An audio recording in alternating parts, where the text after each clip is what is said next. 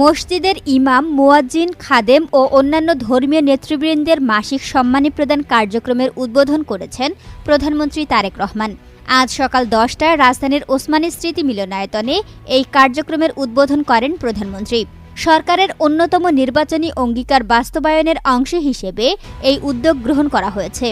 উদ্বোধনী অনুষ্ঠানে জানানো হয়, বর্তমান সরকারের প্রতিশ্রুতি অনুযায়ী এই পাইলট প্রকল্পের আওতায় প্রাথমিকভাবে দেশের হাজার হাজার ধর্মীয় সেবককে মাসিক ভাতার আওতায় আনা হয়েছে।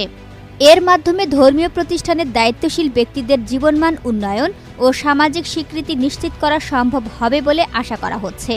তথ্য ও সম্প্রচার মন্ত্রণালয়ের দেয়া তথ্য অনুযায়ী এই কার্যক্রমে ৪,৯০৮টি মসজিদের ইমাম, মুয়াজ্জিন ও খাদেমদের পাশাপাশি ৯৯০টি মন্দিরের পুরোহিত ও সেবায়েতকে মাসিক সম্মানী প্রদান করা হবে।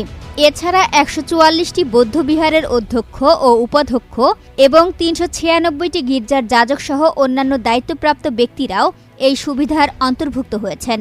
প্রকল্পের আর্থিক রূপরেখা অনুযায়ী প্রতিটি মসজিদের জন্য মোট ১০,০০০ টাকা মাসিক সম্মানী নির্ধারণ করা হয়েছে। এর মধ্যে সংশ্লিষ্ট মসজিদের ইমাম পাবেন ৫,০০০ টাকা, মুয়াজ্জিন ৩,০০০ টাকা এবং খাদেম ২,০০০ টাকা করে পাবেন।